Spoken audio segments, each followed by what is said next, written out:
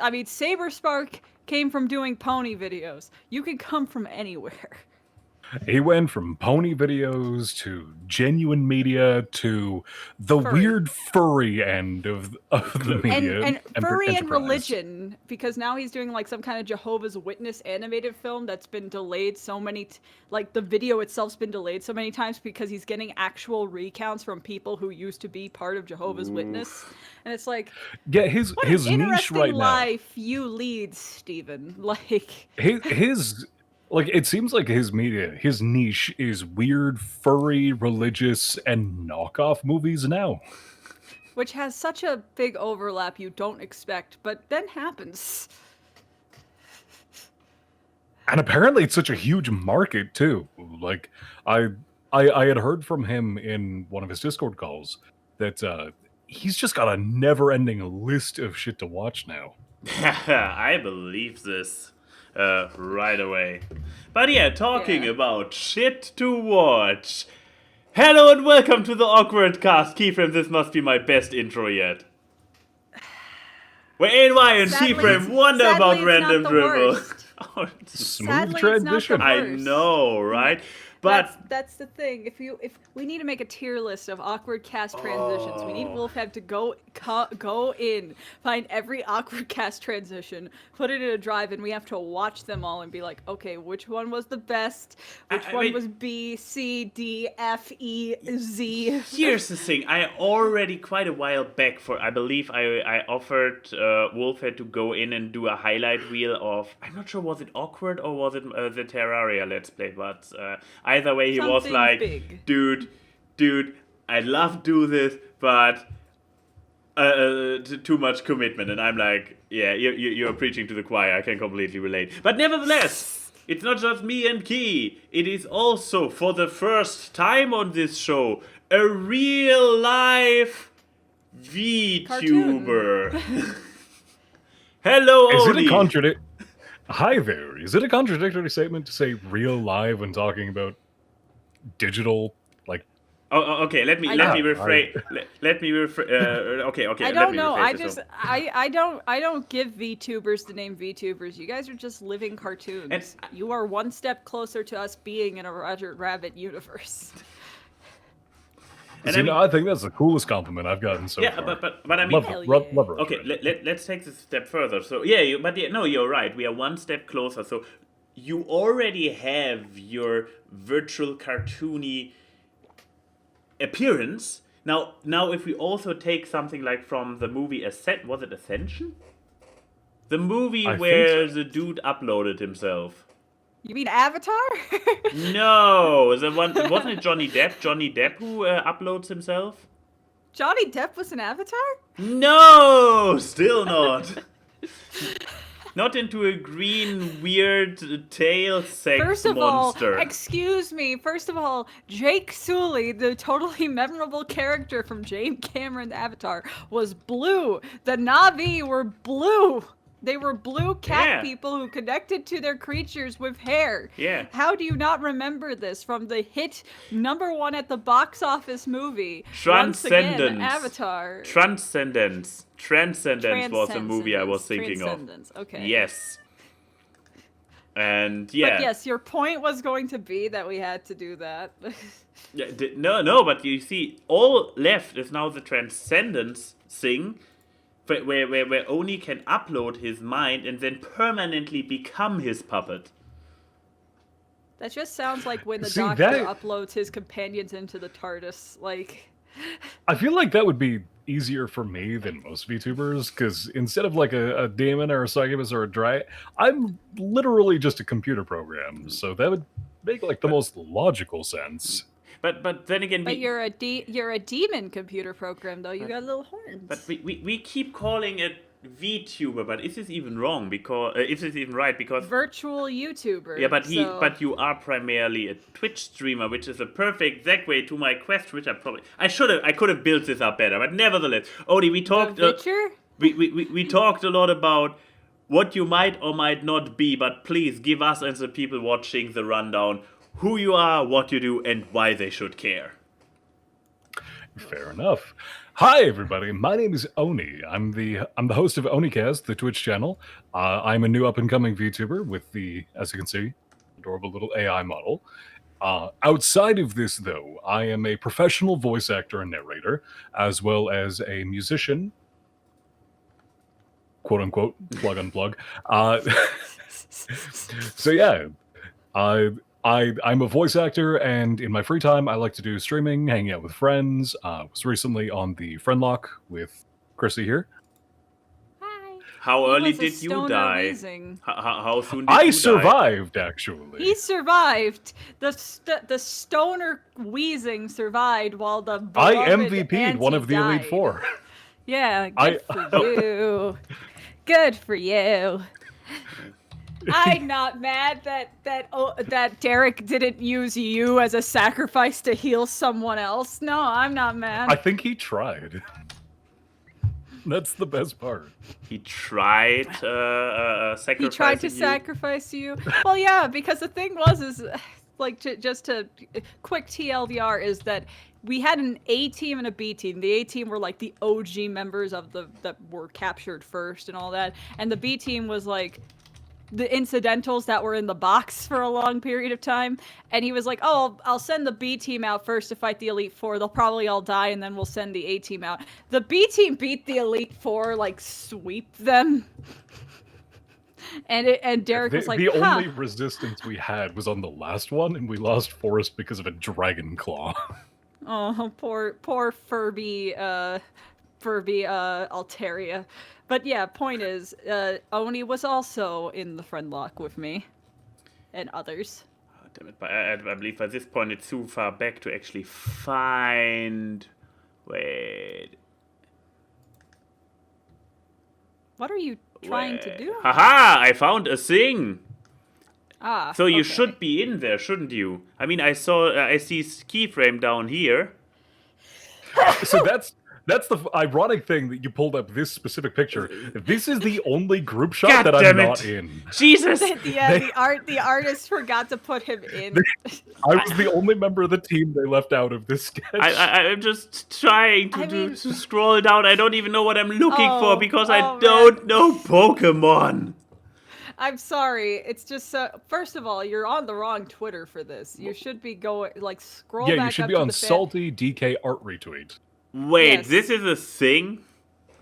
Yes, he has his own dedicated fan art Twitter. I mean, good for him that he has this amount of fan art. I'm not getting salty at salty for that fact. So what was it? Salty DK. Salty DK Dan art retweets. How many? We actually set up the art retweet for the Friendlock and didn't expect it to get over 1,600 pieces of art. Doesn't exist. You put it's RT like retweet, not the word retweet. There's also not Dan. It's just RT. Salty DK art RT. Salty DK art.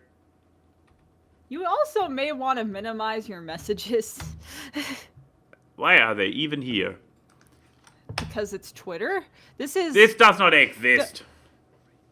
Yes, it does. Go back to the piece of art that you retweet that you were looking Salty at. DK art RT. Salty DK art. It's right there. It was the second result. There. It is. Easy, Jesus. easy. Oh my See, God. no problem. I'm I got sorry, this. Owen. I got I'm this. sorry, Owen. I am a professional. I Lord. understand. There he Okay, is. There, okay. There, he's in that one. He's I the understand one on what the, you meant He's now, right and next it's to delightful. the one with the pride flag. To the top right.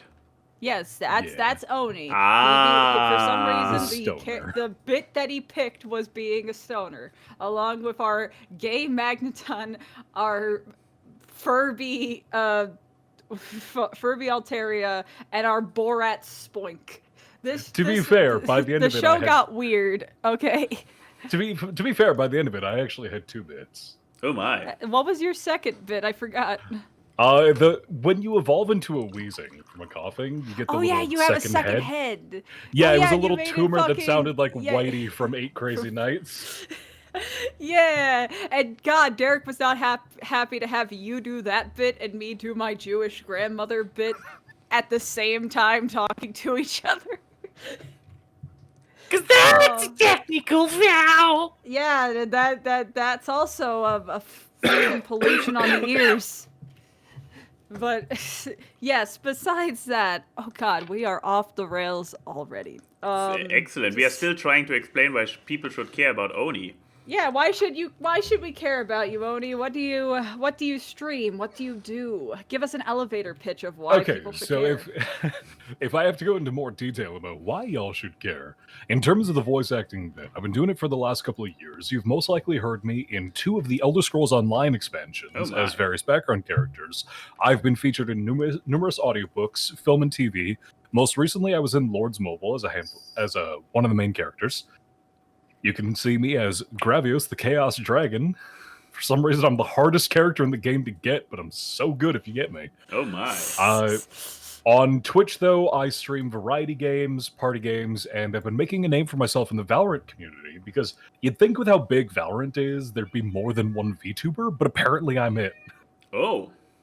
Well, that's something to show off with.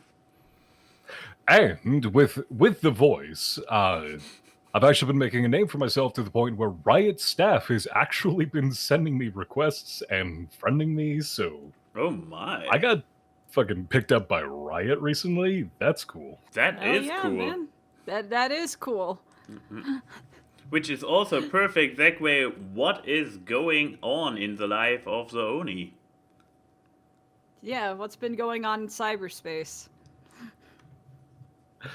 So in cyberspace, I've been dealing with some real-world issues that have led me to getting ready for a move soon. That's going to be super exciting. That sounds It's going to be a new space with a padded office. I'm going to be able to have a space to myself, which means this little shit that you keep hearing in the background is going to have a room all to herself, which will be nice. Other than that, I've been getting back into a bunch of other games and just sleeping a lot. Oh, that sounds lovely. Yeah, I've almost took this entire week off, and it's just been delightful for me. Nice. It's always good to take breaks. Oh, though in this last week, I did redo one thing that I am fairly proud of. Mm-hmm. So in certain friend groups, you'll know that I am obsessed with the game For Honor. Mm-hmm. I got back into For Honor and did ranked duels, and I got back into the top 25 globally this week. So. Jesus Christ. I don't think I'm the top 25 of anything. I mean, you must be very high up there in the HOTS business, I guess. That's so not true. I mean, with the amount of time you invest in... With the amount of time I invested, there's still people who have, like, level 1300. So there are still people who have less of a life than I do. Or more money to invest in, like, fucking boosts so they could just XP grind every fucking day. But... Wait, for which But yeah, game? good for you, Oni. Heroes of the Storm, HOTS. That's my For Honor. That's my... I actually recently got back into Alone in the HOTS. Dark. Oh, have you? Yeah, back when I originally played with a couple of friends, I was a Phoenix and Cassia two-trick. Nice. I play Phoenix quite a bit. I'm a Lucio main, through and through. Lucio is like level 31 on my thing. I'm very good at Lucio. 9 times out of 10, I feel like I should always go healer when I'm playing with friends, because healers are underappreciated. And then there's some people you play with who, when they pick healer, they only heal themselves. Well, and kill enemies, as one does. You do that as much as Li Ming does fucking siege damage. Like that. Well, who did that, I wonder? It was the first time I played the game. I was a noob. You've played the game long enough, you should know, not to pick a healer, only to heal yourself. I picked the healer because the dailies demand it. Do you think I want to be stuck with supporting others when I could kill people? Then why don't you pick a healer that has area of effect healing so you could just passively heal people and not have to focus on healing, so you could focus on killing? Why do you think I play Lucio? He literally just has a circle you stand in.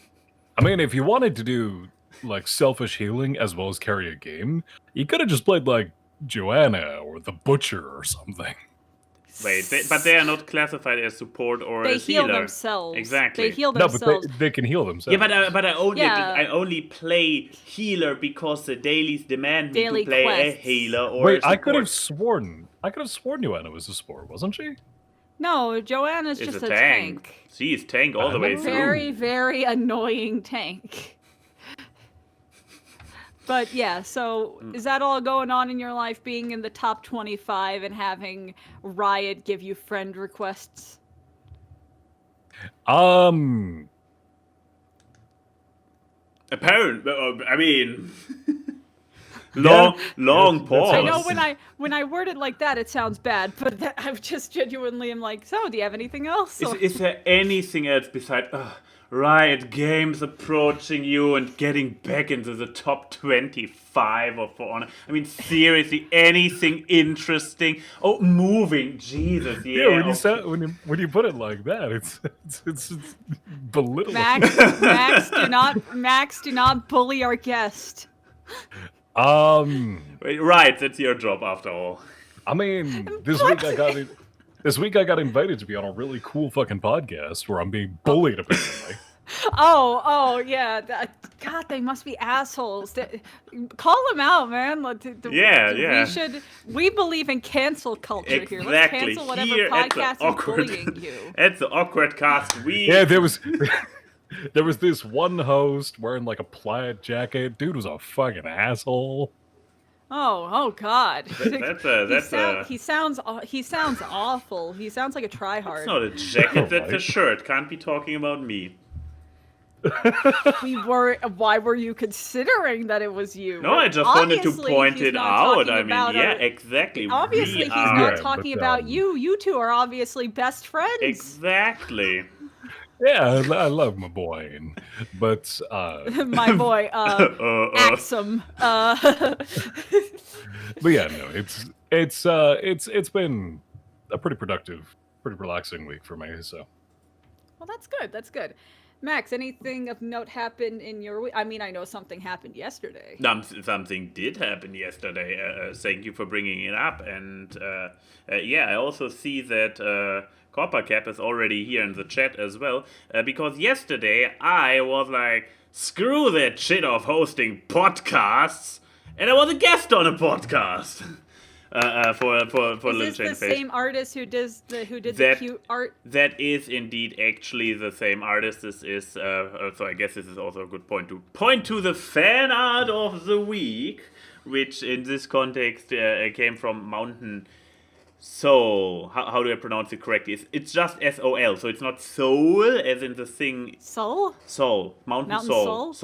Soul. Well, I mean, like, the thing is that SOL is also kind of like, we have a cleaner in America called Pine Sol.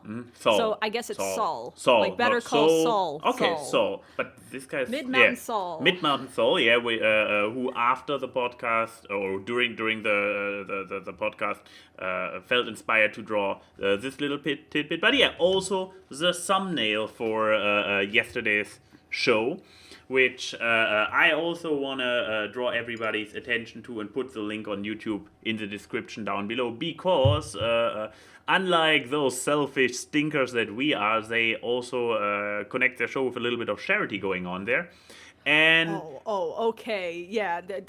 We're the selfish yeah, ones exactly, and doesn't do charity. Not at least not on the AWKWARDCast. You as a person do a lot of charity. Yes. Yeah. Okay. I was about to say. We believe in cancel culture here in the AWKWARDCast, and that does include to each other. I could cancel you in an instant. Who'd believe you? Anyways, no, point being that for the first up to 100 likes on the video in the first 30 days after upload, which was yesterday, I believe, the upload, they are going to donate €1 to a charity of my picking, which in this case was Direct Relief. Oh, Direct Relief. Yeah, exactly. Yeah. Because I didn't have my go-to charity like you, for example, have with Angela's House, where you have a personal connection to. So I was like, let's go for one which is actually working on corona relief, which is like one of the things where I'm currently thinking like, hopefully going to the right people. You messaged me about this exactly, because I don't know charity. This is horrible. But yeah, point being that for the first 100 likes, they are going to donate to Direct Relief, and I also was like, yeah, I'm gonna match that. So watch the show and leave likes, hopefully in this order. What happens if you dislike it? Do you have to do you have to take away $1 from like a hungry kid's mouth, or like? Yeah, that's the thing. So if for every like, the Suited for Life or the Omega Republic. So the podcast is Suited for Life, but the channel is the Omega Republic. Is Omega Republic. For every like we give $1, and for every dislike, the person who did the dislike needs to give $1. That's the rule, and we will track them all down. Aw, I disliked the video. I guess I gotta go and give $100. Exactly, that's the rule. It's not my rule. That's just how it works. If you dislike a charity, you have to give $100. Yes, to the same charity. That is the price for it. I'm sorry, I'm not making the rules. If it gets disliked, Ayan has to pay Copper. Okay, cool. So everyone disliked the video, so Copper can get a paycheck today. You are aware that we have trolley viewers, Copper. They will now actually go and dislike the video. I'm not sure if this is in your best interest. I didn't dislike the video. I hit like. But yeah, this happened, yes. And for everybody, you can check it out down below. It was a bit more interview style than the AWKWARDCast. So if you wanna hear me specifically go on for almost 2 hours about my becomings in the furry and brony fandom, then there you have your full dosage. We would not be able to do an interview cast on Awkward. We go too off the rails to be able to do an interview. But I mean, this was the entire idea, to keep it. I know. I'm just saying that's how it's different from the AWKWARDcast. They probably keep it structured enough. They know how to keep their guests in line, unlike us who just kind of make our guests not want to be here. This only happened once, or was there a second incident? Anyways, so you did a podcast. Yes. Was there anything else of note, or can I go to my week? Besides that, just the preparations for my own move getting forward. Had a guy here making an estimate about what the the moving would cost with packing service and whatnot, but nothing really. Usual goings-ons. Exactly. So yeah, please tell us about your week. Okay, so how much I will talk about my week depends on the answer that I catch from you two. How much tolerance do you have about Chrissy talking about physical fitness for an indiscriminate amount of time do you have today? I'm good. Okay. Be prepared to regret it. So my gym opened back up on Monday, and I went to the gym, and I can say that I've gone to the gym of this week 5 out of 7 days. So I took one rest day on Wednesday, and today I'm doing a home workout because gym closes at 7 on weekends, and I don't have the patience for that. But yeah, I've gone back into a gym routine doing intense training, and it feels so fucking good. Like, Jesus Christ. Hey, it's me. It's you. But before I re-dyed my hair, because now I have mermaid hair. Because, I mean, my headphones cover up half of it, but now I have purple, blue, and green hair. Mm-hmm. I'm a mermaid. But yeah, so, yeah, I've been back at the gym doing intense training, and it feels so... I know that most of my friends have heard me bitch about doing home workouts because, one, they're not as intense. Two, you you don't focus as hard on your actual workout when you're in an environment that you also sleep and eat and watch TV in. It is, I don't care how much Ring Fit someone does, it's not as enriching to me as going to an actual gym and lifting weights. Like, and it's been an interesting experience. I mean, it's been great. Like, it's great. But there's also, like, you don't realize how much your body has gone into a different mode until you re-enter a mode that was your normal. Because, like, I've been hungry a lot more. I don't usually have an appetite, and now I'm ravenously hungry all the fucking time. And I am someone who has stated, I forget to eat until... What? You are silenced. So much for the unlimited talking. This is a sign. Am I back? You are back. Okay, sorry, my mic fell out. That's the lovely thing about USB mics. No, like, I've been ravenously hungry all the time. Like, I actually sleep better.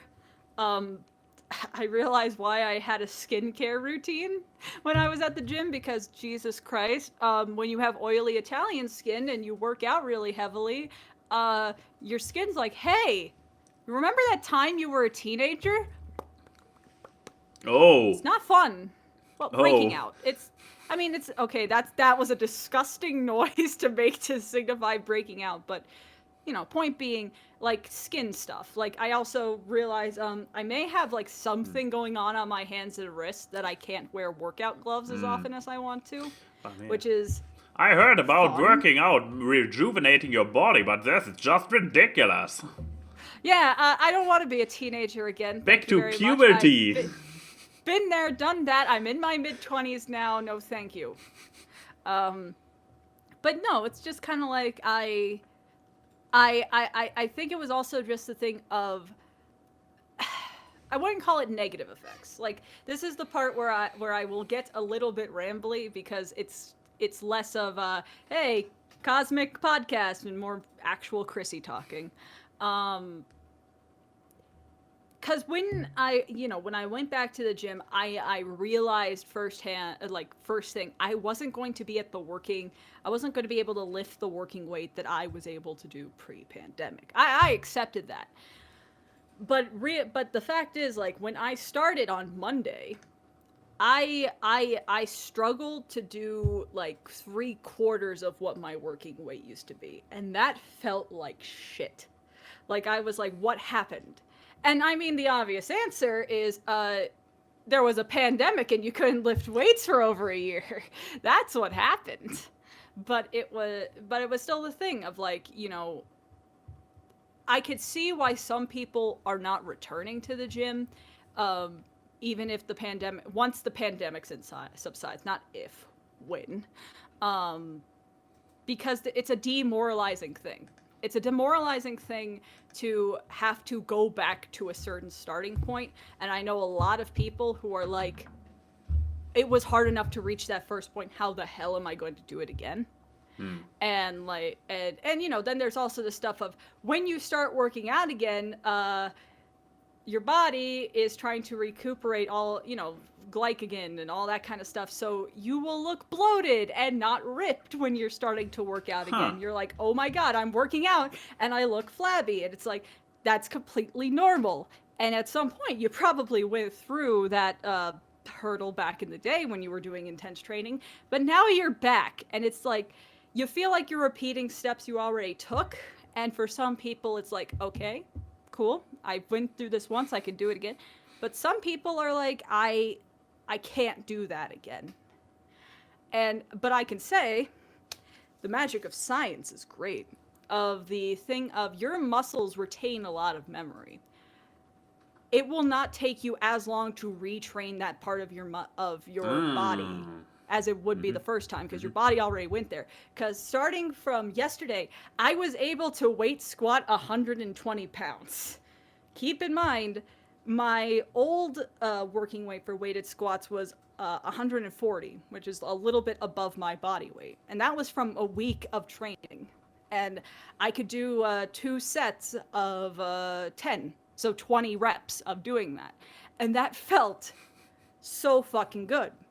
And there's still places that I'm not back to where I used to be, especially here in the shoulders and back, because, well, I naturally have bad shoulders because my arms were ripped out of the sockets a lot when I was younger. Hey, fun story! Oh, we didn't have the segment of Keyframe telling depressing childhood stories for so long. I'm glad we're bringing them back in 2021.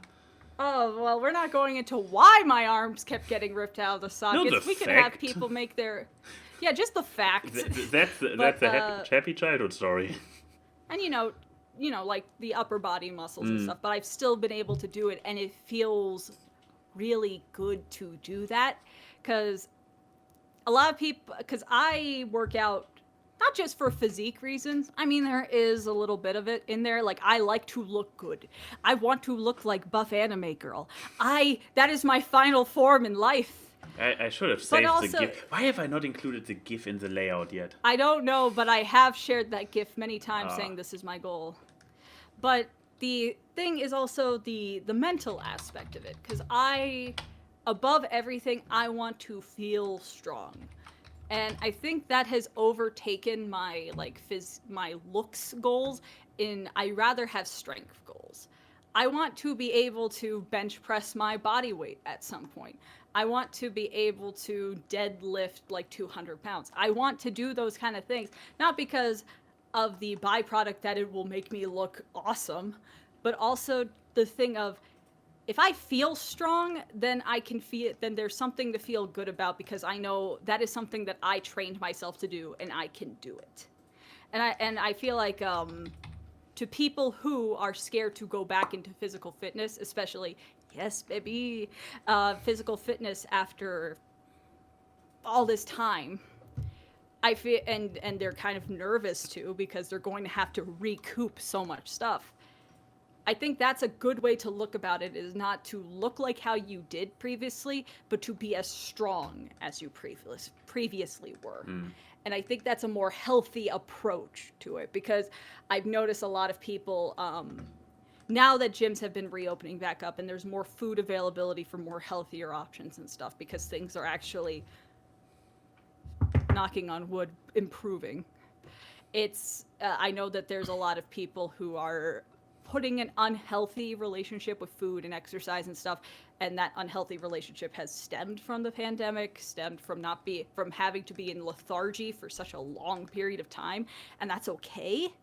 Like, it's okay to not feel okay, but I feel like one of the things that's going to have to happen to reapproach stuff to make yourself better, especially after a pandemic, which the big thing about it was, in some way, shape, or form, ruining people physically, is to have a healthy relationship of why are you doing it, and going into it to be stronger. And I think after a week of working out and being able to get so close to my old working weights, I'm like, I don't really care about the looks anymore. I mean, there's still a care about it, because I want to look buff and cool and ripped, because that feels great. And I have body dysmorphia. I'm always going to care somewhat about how I look. But it's more the thing of, I was still able to retain this muscle memory while just maintaining home workouts. Also, I'm still physically strong, and that's a great thing. Also, should I point out that she's a short-haired redhead? Yeah. She literally is my goal. One day. But, I'm not going to lie. With the red hair included? Because... Oh, Keyframe is a ginger. I am a ginger. I know, but I'm just personal preference here, but the blue looks so good. I mean, the blue does look great, but I do have red hair, and I do dye this fringe red from time to time. But it's almost mermaid, so... But no, it's just a thing of, like, I'm not going to say I don't care about how I look at all. But yeah, there's a byproduct to physique. But besides look, but besides looks, there are the endorphins, the feeling good, the better sleep, the healthier appetite. So you would generally promote working out. I promote physical fitness for more than just the looks aspect of it. It's definitely something that exists. It's definitely something I promote. There's nothing wrong with having some more fit people around. But there's a lot of good to it, and especially after a year where everyone has fallen into some kind of depression, I think the endorphins, it's like what they say in the classic movie Legally Blonde. Working out does endorphins. Endorphins make you happy. Happy people don't kill their husbands. It's that kind of thing. Do you want to kill your husbands or your friends? Or you don't want to kill people. Work out. There's my pitch. Working out is like killing, but without the jail time. But yeah, fingers crossed. At my new place, literally around the corner is a private gym. Awesome. I hope that it's actually a gym and not some kind of just cardio machines. When you come back from being sick, what's it called again? Help me. What, a physiotherapist? A rehab center? Rehab gym or something. I hope that it's not something like that. I couldn't... they have courses for that. They have programs for that. But I just hope that you can also, as a normal... gyms can have physiotherapy and just general... I know, but stuff. It depends on how big they have it on the homepage that I'm a little bit worried. But... you seriously have an inner drive of sorts to kill Max after all his comments about you. Look, I have made it my goal that when borders open up and Max visits, hopefully in November, I will be able to lift him like in the awkward art that I made for this season. Yeah. But with that, because believe it or not, as skinny as he is rather dense. I do need to. Trust me, it's more than just in the head. I have to be able to lift him. Instead of wanting to kill the man, I just want to be able to lift the man. Whether or not I throw the man over a cliff is besides the point. The point is I just need to be able to lift him soon. Haha, joke's on you. I have not worked out for a year myself, and therefore if you throw me off a cliff, I will just fall down like a leaf. Okay, your bones aren't hollow. Like I just said, you're dense. Chrissy's goal is to be able to lift you. Whether she chooses to Batista bomb you afterwards is entirely up to future Chrissy's discretion. Since when do you not want to kill Max? Look, we said this is not an interviewing podcast. We don't need all these questions about me wanting to kill Max. We already know the answers. We've had, how many years of this podcast? 4 years of this podcast for you guys to get the answers yourself? Anyways. I mean, Max knows the answers. This week was 7 years since we've met. It is true. So he should know by now if I... Yeah, he should know by now if I want to kill him or not. 7 years and she still failed at it. Powerbomb him through the floor. She still has not succeeded. No, you know what, dear? I'm saving that for our 10-year anniversary. 10 years is homicide. Sounds about right. 7 years is more assault. More from you. I thought So, Oni? I thought 10 years was an unexplained trip to the hospital, and 12 years was the homicide. I think that may be a Canadian thing. No, Hey. in the rest of the world, it's murder. See, we can afford the unexplained trips to the hospital because our healthcare is free. Fuck off. Anything else in my week? Yes. With or without Jim. With or without Jim. Oh, wait, there is one Jim story, but that's the end of my week. But it was actually a cool thing. I texted you about it, actually. Yes, you did. And I was wondering if you would bring it up. Yeah, no, I had to get past my the psychological implications of the gym. That is all I talk about on my streams, is just me going super rambly. But what actually happened, like an actual story, was yesterday when I was doing weighted squats. I was, putting the weights back on the rack, doing that kind of thing. And this big guy, big unit of a man, and his two, I think teenage daughters come by, and he's like, "Excuse me, your form is perfect." And I'm like, like listening to a podcast in my ears. I'm like, thank you. And he's like, I've been trying to teach these girls this for like a year, and they don't seem to get it.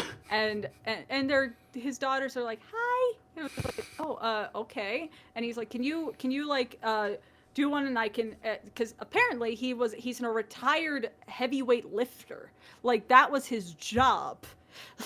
And Damn. he's been trying to teach his kids powerlifting and that kind of stuff. So I was like, oh, okay, sure, yeah. So I went back and put the weights back on and got ready to do it. And he's like, while I'm doing it, he's explaining the form and everything and how to do it. And his daughters are asking me a bunch of questions, and I answer them because they're like, how long have you been doing this? How much what's your weight maximum? All this, all this stuff. Their voices weren't nearly as annoying as I'm making them. This is just what I think every teenager sounds like. Working out a lot? I like working out a bunch. I've been to the gym like every day this week. But no. I'm looking Like so every day. I'm looking so sexy in my tank top. Sorry, Okay. wholesome story that- about a dad and his daughters. Please continue. But no, they were just like asking me a bunch of questions, and then they were like, thank you, because they had to go and everything, and they were like waiting on their mom or something. And it was just that kind of moment I was like, huh, that was probably the most positive experience I've had in a gym besides people complimenting my Lucio hoodie. Because apparently a bunch of people at my gym that work there are big Blizzard freaks for Overwatch and stuff. And it was just kind of like, hey, I have good form. A power lifter complimented me. Hell yeah. Because, I don't have a trainer. Yeah. I don't have a trainer. I'm self-taught. And I'm just glad I'm not doing a form that makes people cringe. So, look, compared to other times that guys have approached me at the gym, that was by far the most wholesome. You know how to not be creepy at a gym when going up to a girl? Go up to her with your 2 daughters and just ask fitness questions. So if I want to A lesson learned. Yeah, but yeah, what I take from it is a very valuable lesson. I will take it to heart. If I want to pick up a girl at the gym, I first need to kidnap 2 teenage girls who to pose as my daughters. I gotcha. That's very, very good advice. I will try this out once the gym's You reopened. also need No, to gain bad like advice. 250 pounds so you don't look so threatening. I am basically Dwayne The Rock Johnson. This comes natural. Okay, I don't think you're a retired power lifter. For one thing, your kneecaps are way too weak to be a power lifter. How dare you bring up my kneecaps in this show? I'm sorry that I'm Embarrass bringing me up an like actual.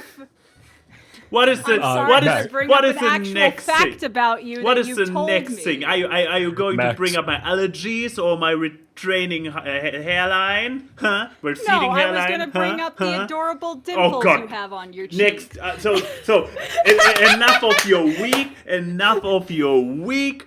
Time to move on to Should we media. go to media?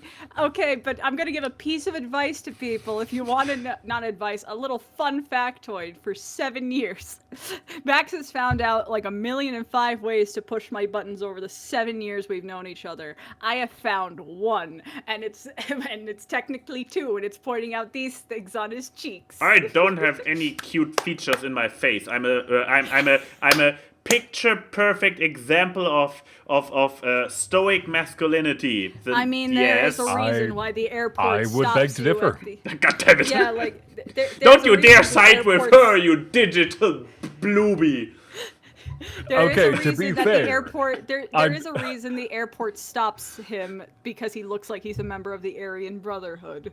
So To be fair, Max, may I call you Max? Go ahead. I'm an AI. I'm literally connected to the internet at all times. Trust me. You got some cute features. Bluebee. I like Bluebee. Hey Oni, can we change the species that your AI is to Bluebees? Because I like that. I don't even think there is a defined species so far. So we could create one here. Your species is a blue bee. Okay. Yeah, you are okay. We officially have made a new species on the AWKWARDCast. It is a closed species, just like what are the furry things? Snurgles. You have to purchase it if you want the rights. It's an NFT. Okay, not gonna bring up that. So what? Do I officially own the rights to blue AI programs with cyberpunk jackets? Because fun fact, that's what this is. It's actually a jacket from Cyberpunk. Oh. No, here's the thing. I unironically love that shit. If it's an NFT, you don't own anything. No one who buys NFTs owns anything. They just own a bunch of energy waste. Oh. Yeah. Fuck NFTs. Anyways, media. Enough Indeed. embarrassing. Media. Who wants to? You know what? Media. Guest goes first. Guest goes first. Oh my. And I will be right back. Okie dokie. So, dear guest, do tell us about the media. So the media that I've brought to you today. Yes. So one thing that I love, I just unironically love when it comes to media is I have something of an unhealthy obsession with overly edited content. Overly edited comedy is my jam, and YouTube poops, especially King of the Hill stuff, it hits such a sweet spot for me. I'm gonna endure the sound of my own voice for a few minutes because I want to listen in on this. Oh, it's not audible. Yeah, no, I can't hear it through. I also have it muted, so to not fall over you. But what would you say? What is it that draws you into the poop? What makes an art gallery description? Exactly. I mean, what is it that makes the poop the great art that the poop is? So what draws me into YouTube poops? I have a very bitch basic sense of humor, and listening to the funny brbs makes me laugh.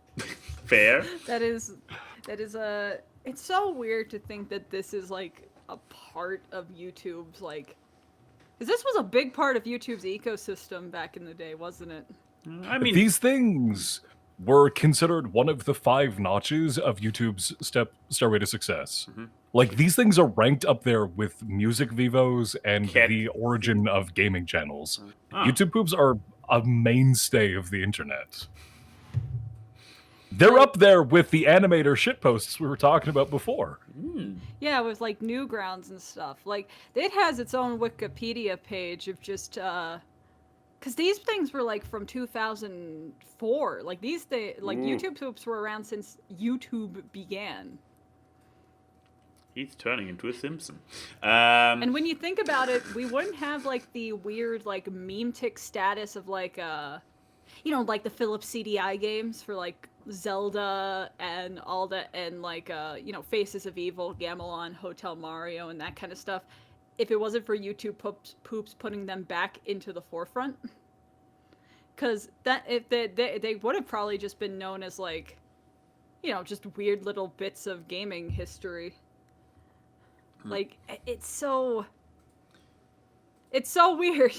I don't like, this was the beginning. I think maybe YouTube poops were the beginning of Zoomer humor, of just like weird irreverency. Like, nothing makes sense, and that's the reason why it's funny. But I take it's not just visual, but also audio editing, because that's the thing that I play. Half of it is audio. It's maybe I can turn on at least a little bit of the audio for the viewers, at least, because that's the sad thing. Ever since we started doing this via Discord, I cannot really share the audio anymore. So sorry for that. But to get to the point, who would you recommend checking it out, and who should maybe not? Are we talking in terms of content creators or people looking for content creators? Like people looking for content creators. Exactly. Like so the people right who now. should. So people who should be looking for the YouTube poops are people with, let's be real, absurdly short attention spans and people who like spastic, sporadic content.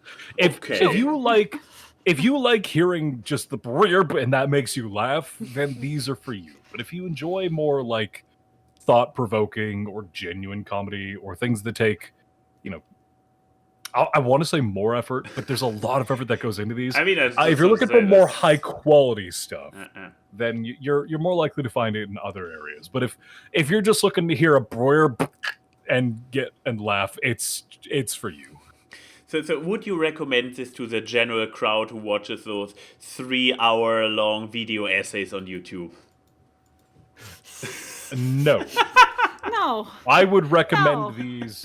I would recommend these to the people who go and watch those meme compilations, because it's jokes 5 seconds in between each other that you can just kind of laugh and then move on to the next joke.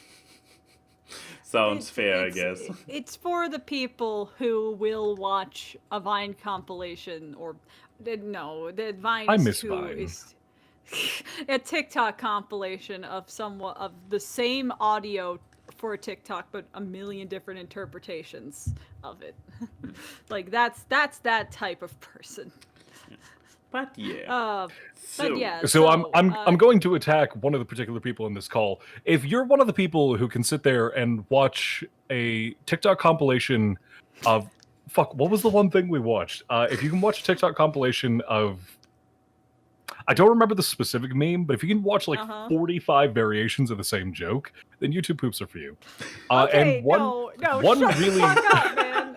Okay, first of all, everyone has their one dumb meme that makes them laugh. Everyone has that. And mine just happens to be a TikTok that's this Do you want to link it to us? It's so dumb. It's just this guy holding a bunch of pennies saying, "Oh man, I have all these pennies to myself." Right, and then the fucking I smell pennies. Yeah, because it's just a creepy figure that yells at you and then runs straight at you like a horror creature, and then there's someone screaming. We watched fucking 45 different versions of that. Because it's genius. It's genius to see people's interpretations. It's stupid. I'm not gonna say it's not. Many of the things I watch are, but it's the one thing that makes me laugh irrationally long. That's actually the perfect comparison. If you're the type of person that can sit there and watch I smell pennies for 45 minutes, then you would love YouTube. Oreo Time! It wasn't 45 minutes. It was not 45 minutes. It was like it was like 5 minutes. We watched a 10-minute version, and then I watched another 40 minutes. That's you. That's you, not me. If for anybody looking to get into YouTube poops, where I would start is Fesh Pence of Blair. But yeah, and yet Keyframe, you dare to judge Oreo Time. Oreo Time is a plague upon humanity that I had to witness, despite my numerous protests against it. It was my proof that you and Brett can't be in the same room together because you guys just amplify each other's bad traits. Wait, why? I tried to find Oreo Time, and apparently Oreo Time is a thing besides Golden. Oh God. Oreo Time. What? No. Why are there re-uploads? At BronyCon one year, Brett we had like this package of Oreos, and Max and Brett came up with the great idea of like, hey, why don't we record yourself Oreo Time, and then just slow-mo recorded throwing a bunch of Oreos on himself in the bed, and then Brett complained that the bed was full of cookie crumbs for the next few days, and it's like, what do you expect? I enabled him. Yeah, you were the one recording. I know. Did not want a part of it. I did not want a part of it. I was behind you, just kind of like, no, I don't like this. Now I actually have to find the original Oreo Time on his channel. Also, I just noticed, I love this, it's just off screen, but it actually says, wait, can I get this visible somewhere, somehow? There, it actually says #blame ANY in the description of it. I'm loving it. Oh, well, you're kind of just showing off my media with doing that. I guess this was a necessary segue right here, right now.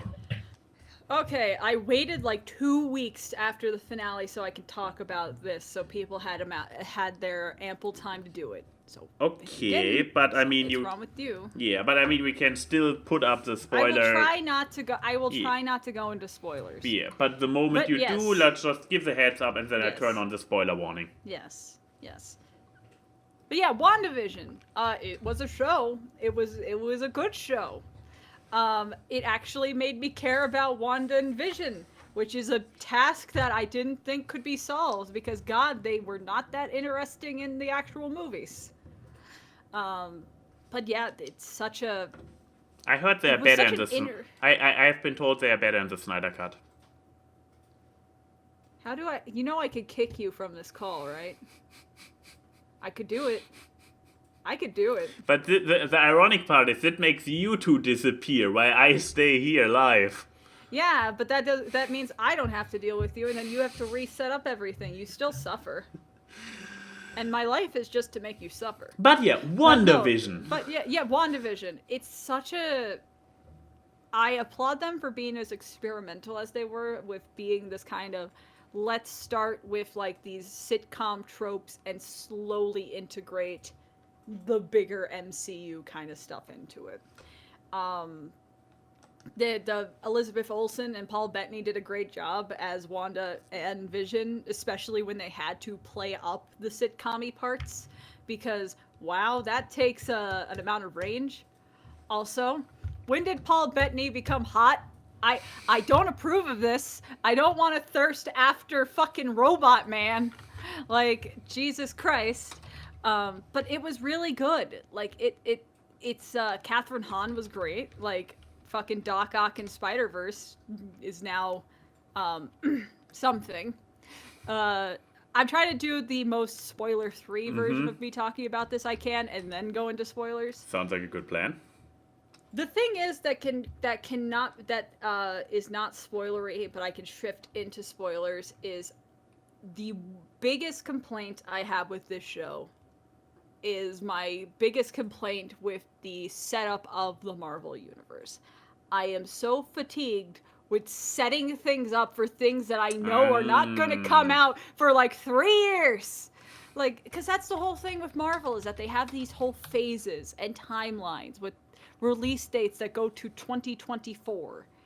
And to me, that diminishes how much fun I have watching the show, especially at the end, because I know that they're going to set up stuff that don't have satisfying conclusions in and of itself, because it's setting up for some other film. Like, it's just, I understand why they do it. If you're someone who follows every Marvel thing ever, it's satisfying. But if you're someone who just wants to watch WandaVision because you like the characters of Wanda and Vision, I would argue the ending is not satisfying. The ending is like watching the cliffhanger of a movie that you don't know is going to get a sequel or not, but they set up this stuff because they have the bravado to. And Disney's Marvel does have the bravado to do that, because they will be making sequels, because they're already making them. But I'm just so fatigued in that. There's a reason why Iron Man was so good. And is because it was its own, while also being the setup for this entire universe, it was its own self-contained thing. There is nothing dangerous about setting up stuff with breadcrumbs throughout the show and still having a self-contained ending too. Like, I just wish we could have more of that, because I'm tired of so many loose ends. Like, I understand why. That doesn't make me excuse the show that doesn't excuse the detriment it does to my satisfaction watching the show as its own thing. But now I can talk about spoilers. Ba-ding! Okay, so, where the fuck did White Vision go at the end? Where did he go? That's the question. Because that's the thing. He basically just had his memories come back. But, I mean, I've read the Marvel comics. White Vision has his memories come back. And there's this whole thing where he's just like, it says to, like, the kids, I'm not your father. There's so many breadcrumbs that I know are going into probably what is it, Doctor Strange and the Multiverse Madness, and then also Captain Marvel 2 with Monica, which, oh my god, there's my other complaint. They barely did shit with Monica. I'm so mad. Oh, God. I'm so mad. Because Photon is a cool character, and it's how she got her powers going through the Hex was really cool. I mean, she basically already had them, didn't she? No, she didn't. She got her... Monica got her powers walking through the Hex. Oh, wait, Monica. Oh, as in the daughter. Yeah, Monica Rambeau. Yes. Photon. Oh, yeah, okay. Yes. Her name can be Photon or Spectrum. It depends on which iteration. No, I just mixed up Monica with what's it? No, the other. Oh, Agatha? Yes, Agatha. Yeah. But no, they barely did anything with Monica. That's true. There was barely any fighting with Monica, and her power is literally energy absorption and manipulation. When you look up the character of Photon, she has such cool-ass powers, and you don't do anything with it. I heard that there was one more episode planned, specifically around the time of the last 2 episodes, and that a lot of stuff got cut, some of them due to travel restrictions, thanks to Rona. But so there was a bit more stuff planned to go on with her, I believe, with the nerd girl, and even with Pietro. But yeah.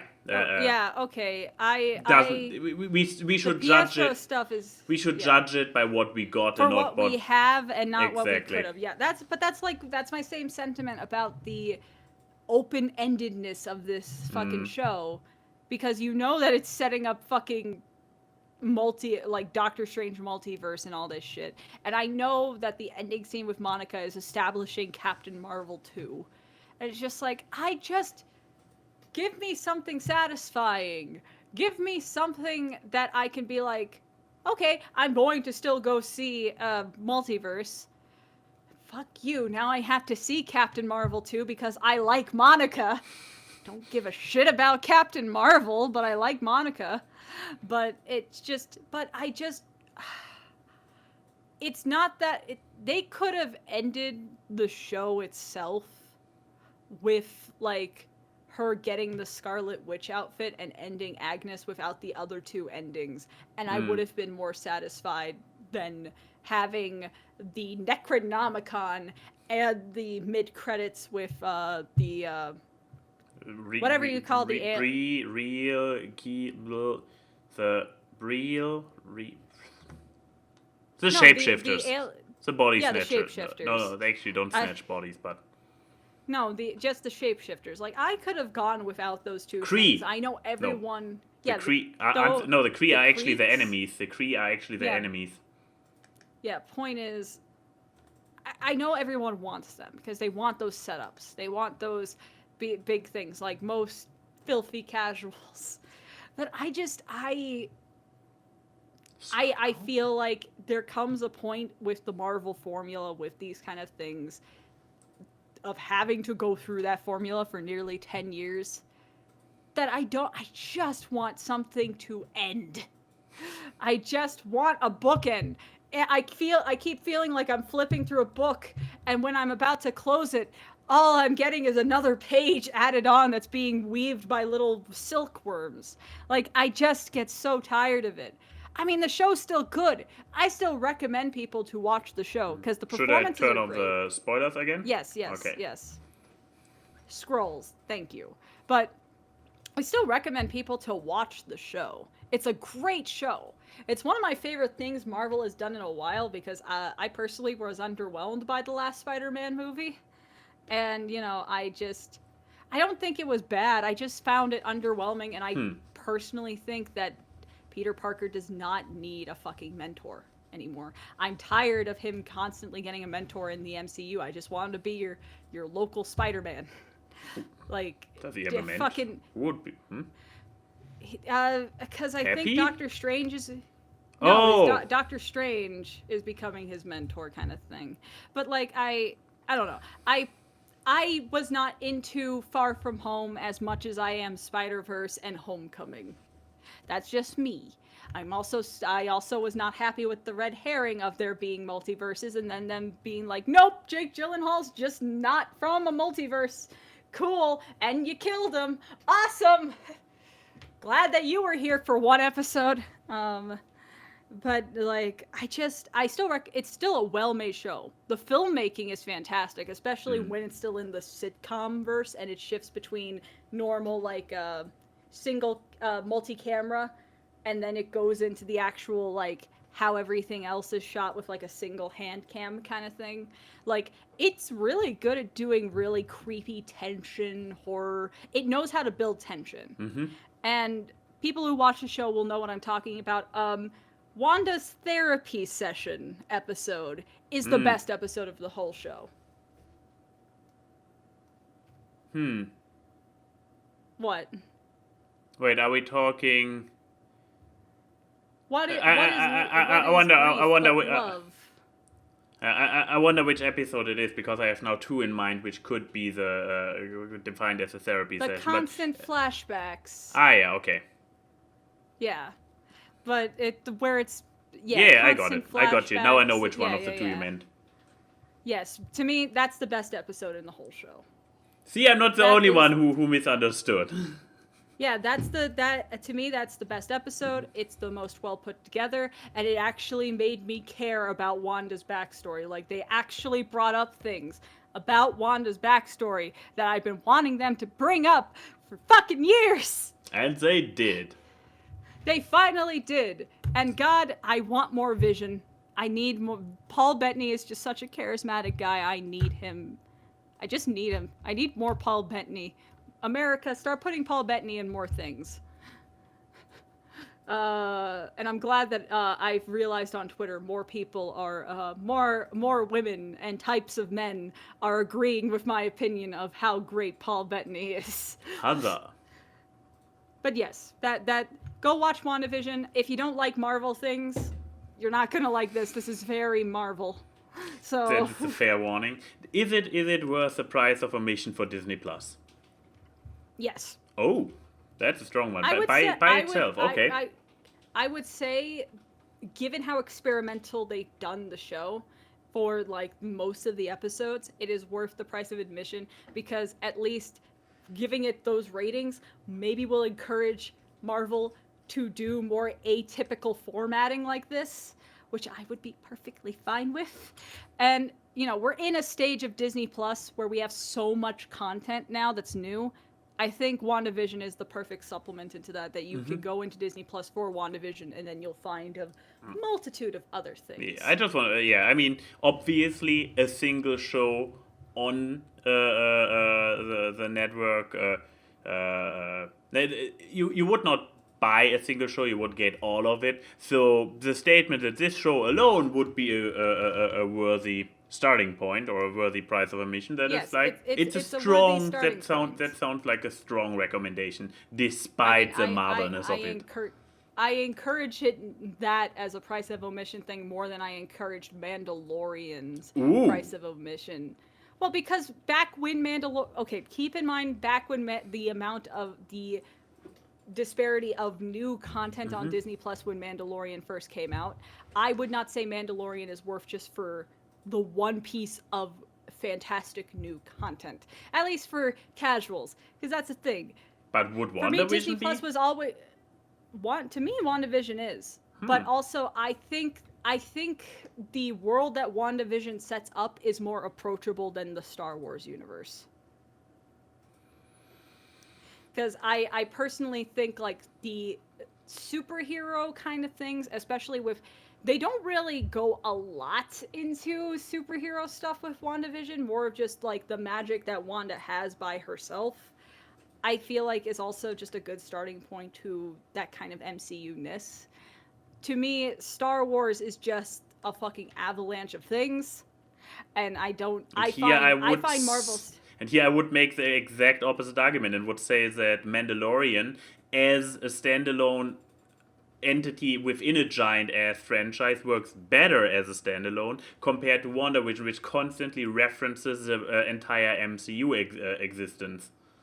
I mean, I'm also someone who grew up reading mostly comic books more than I did watching Star Wars. Fair. So that might taint your watching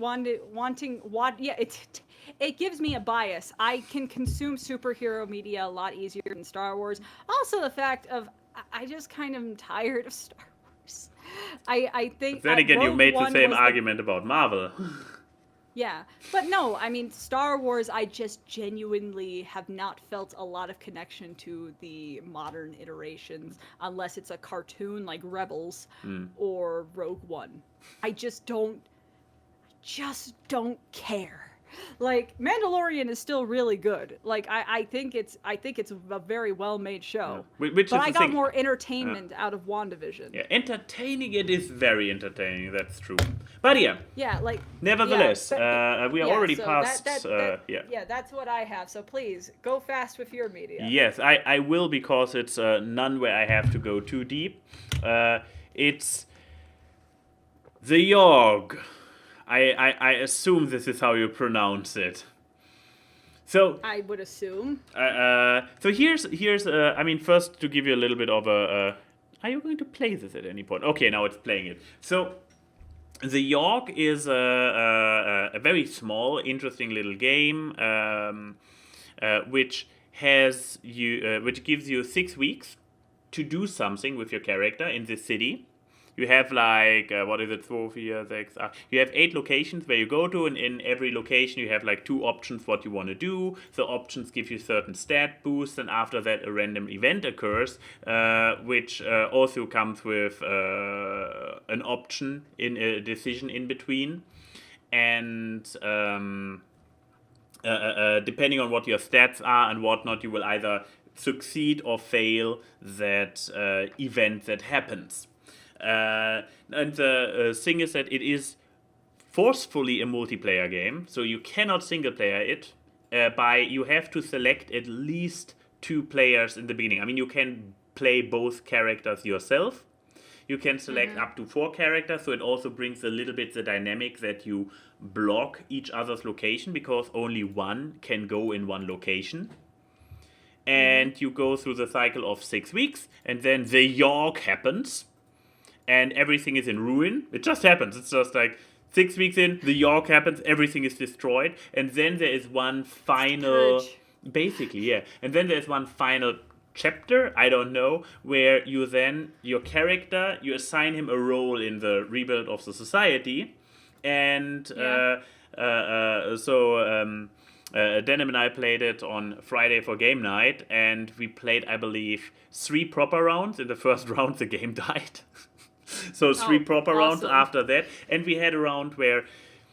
So we both built our characters, picked our roles in the post-Yawhg city. And the first time... And you get a little graphic which kind of indicates if you did a good choice or a bad choice. And the first time... I believe... I believe... She did a good choice, I did a bad choice, but it was still an overall positive ending.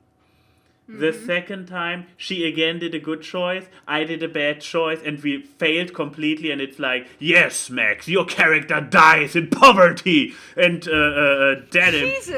Denim, your character, well, you survive, you loot, you keep hunting stuff and robbing people, and therefore you survive, but overall we got a bad, all black and white ending screen.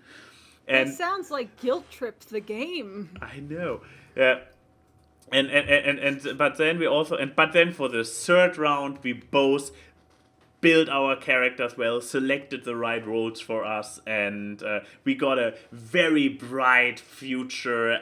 Everything is rebuilt, the sun shines, ending screen, and what was my yes, I know. I became a famous gladiator in the arena, and Denim became some landscaping renowned artist, because he did landscaping 3 out of 6 times in that week. So would you say this would be a game that appeals to, say, like our AI Valorant boy up here? I mean, can it? Here's a good question. It might be a thing that you can only play it in local multiplayer. This is something.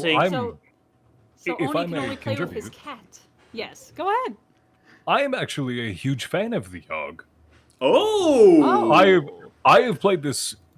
I have played this a considerable amount of time because this was actually the inspiration for one of my favorite games. The Yawhg was a direct inspiration for Monster Camp and Monster called Prom, it. This two was the games point. that I have played prominently. Yes, this is the point where I actually wanted to go. Namely, that how do I know of the Yawhg? I know of the Yawhg because Jesse Cox talked about it and played it back in the day, and he was intrigued by it. But yes, that's the thing. Damien and I were also like, those game mechanics are 1-to-1, the ones of Monster Prom. This game is older than both of them. I know Jesse liked it, and then Jesse produced the Monster games. And I'm glad that you confirm it, because I had exactly that feeling behind it. But yeah, please, if you have further insights, please share.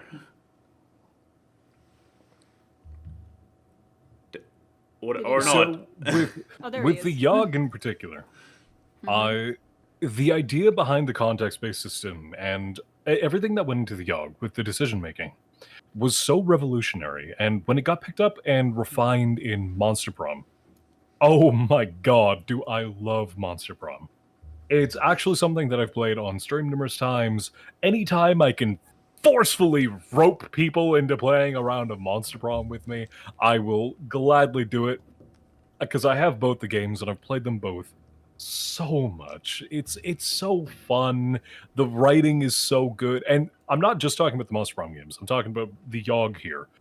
All three of these games are super fun. The writing is super clever. It's just got so much personality to it, and I love them all to bits. Monster Prom specific, though, anytime I play with a group of friends, for some reason I am always forced to voice Damien. Nobody else, just Damien.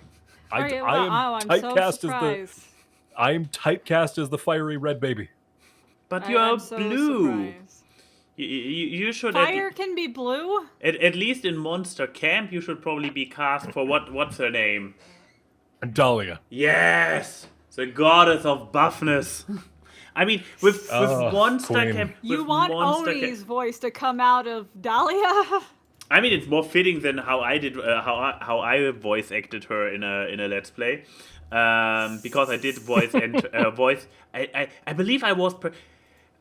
which game was this? I believe this was the game I did with Wolfhead, which... He promised me he would eventually get around and edit and upload it. This was like half a year ago. But I was pursuing her, and we kind of always read out our own misadventures, including with the people we pursued. So I got to read out her.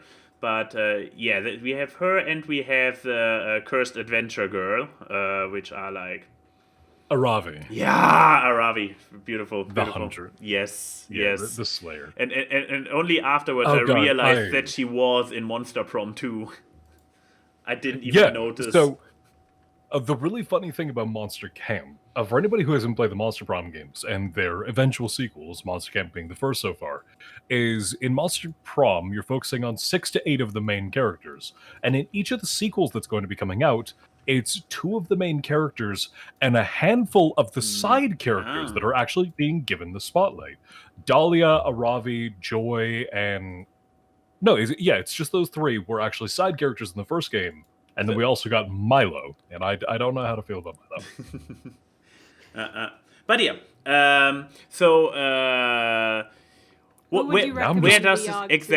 where does this leave me with the Yawhg? I guess here's probably a downside. If you are already familiar with the Monster games, the Monster Prom games, it has, I would say, a higher polish to it.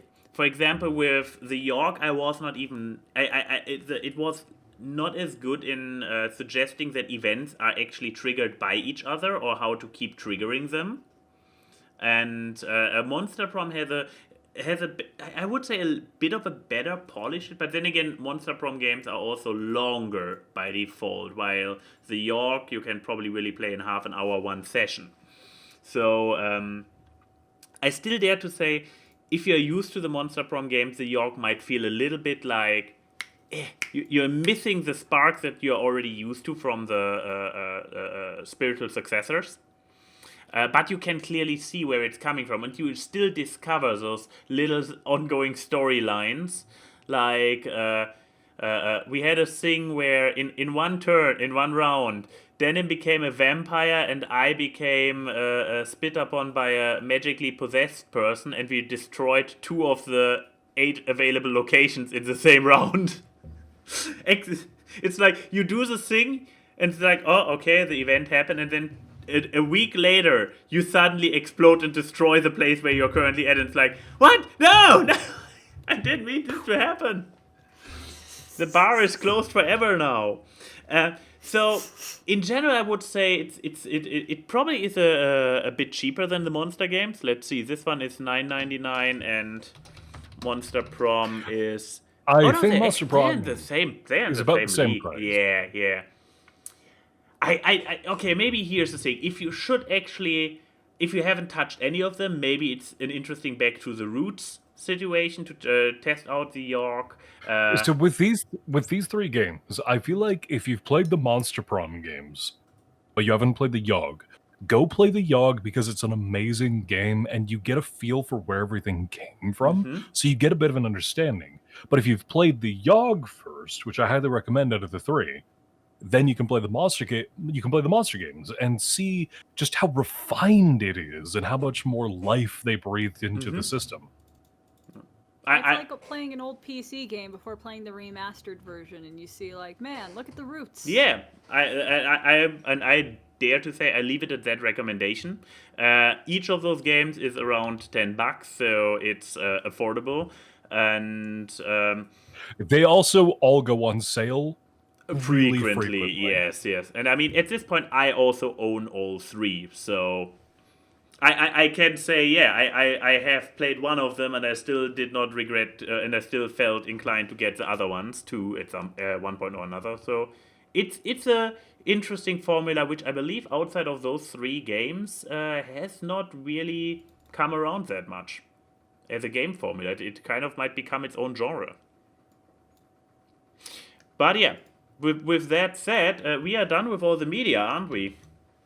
Lightning round. The good news is I don't have... Before we head on to the lightning round, since you've played Monster Prom, I think you'll be able to appreciate this. So, it took me a sec to remember how to do this, but whenever I'm stuck playing any of the monster games, I'm always stuck as Damien.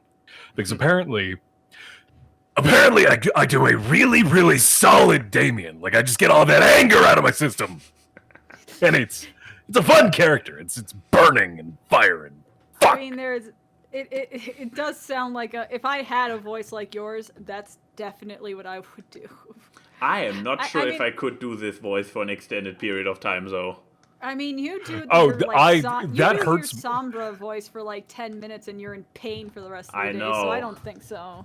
So the worst experience I've ever had with the Monster Prom games is I did a round of Monster Camp recently with a couple of friends. And that Damien voice, there's a lot of gravel to it, so it can hurt after a while. All 4 of us got Damien, so it was just me talking for 2 hours. Oh. See, the thing with Monster Prom and me is that I pursue my girl Pollygeist, the party ghost girl I could ever be. Whoop, whoop. And I love her. I love her so much. But the thing with her is that, you know, she's like a Valley Girl voice. You guys know what my natural voice sounds like. So then I gotta talk like this and be like really up and go into like my, like if I talk from here, I'm talking from here, like the roof. Yes! And oh my god, that hurts after a while because it's just touching parts of my vocal palette that I don't use, because usually I sound like a 12-year-old boy. But so I just kind of, you know, I'm a very, according to some people, a very husky-voiced woman. So to go totally like this is not part of my usual repertoire. It hurt, and you know what makes it hurt more is when you're playing Monster Prom for 2 hours to pursue Polly, and then she says no. So now you're left with a sore throat and sadness.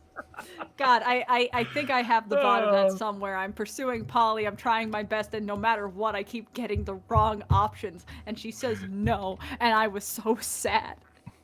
So I just have to respond to something in your chat real quick. Yes. Copper. I really like money. Like, I really like money.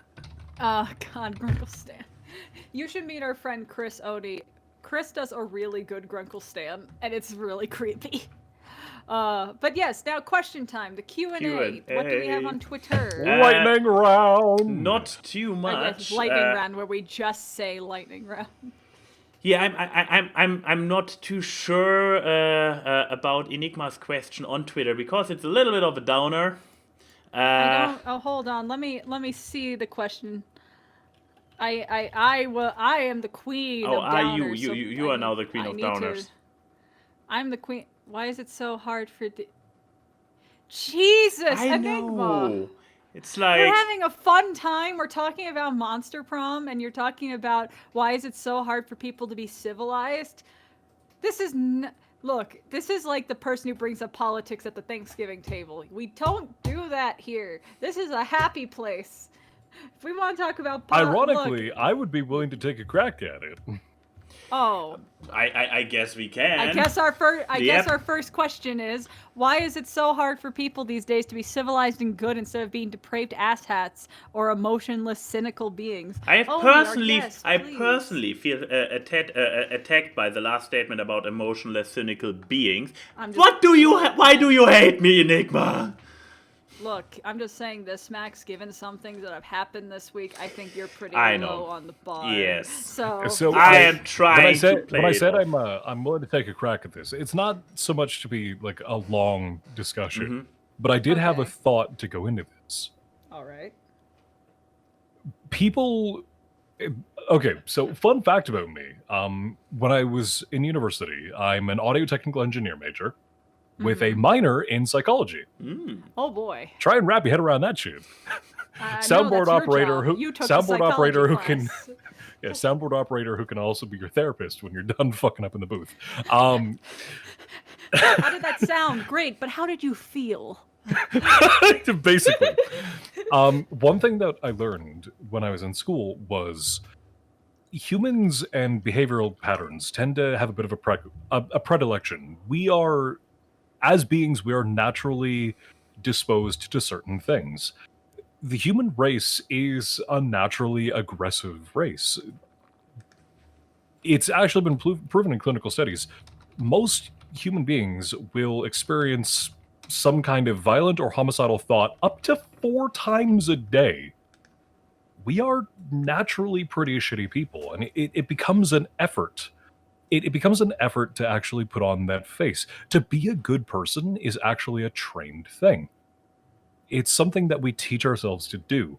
So I feel like nowadays people are forgetting that because with everything that's been happening with COVID and with a society of fear and everything that's been going on, the filters that we've built up as a society, the things that we've taught ourselves to do to be good people have slowly been crumbling away because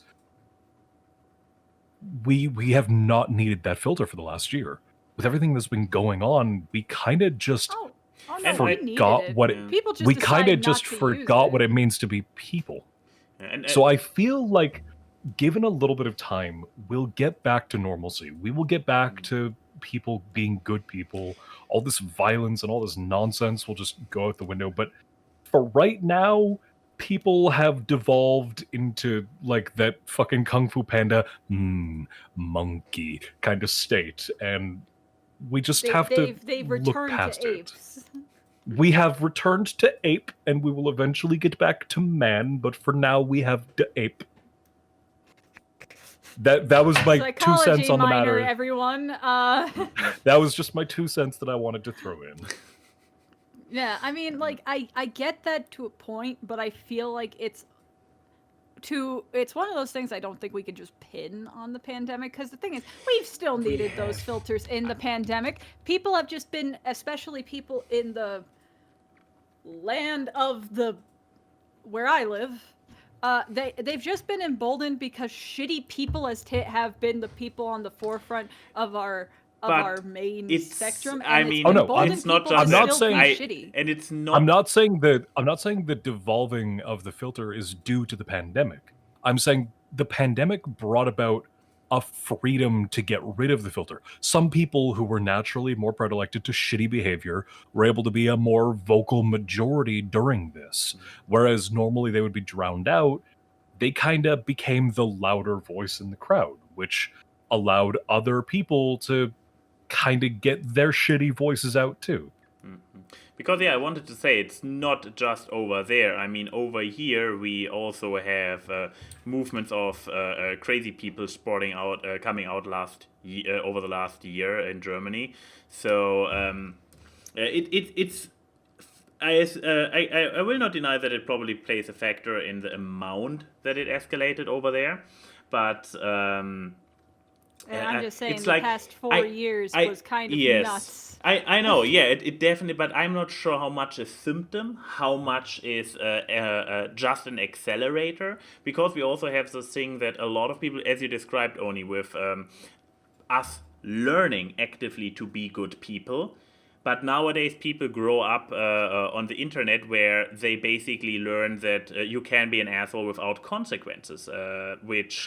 yeah, the internet has ruined a generation. Or at least Ladies and gentlemen, take it from the AI. Go outside, read a book. Not an audiobook. Read a book. No, but unless it's an audiobook that I narrate. Self-promotion. Hey, we need to ask after the show, what audiobooks have you narrated? Because we don't know. Maybe we have one in our Audible list. For books that I've actually narrated, most of them are actually university textbooks. I am the voice of a lot of audio-technical engineering and, ironically, astrophysics textbooks. I definitely do not have those.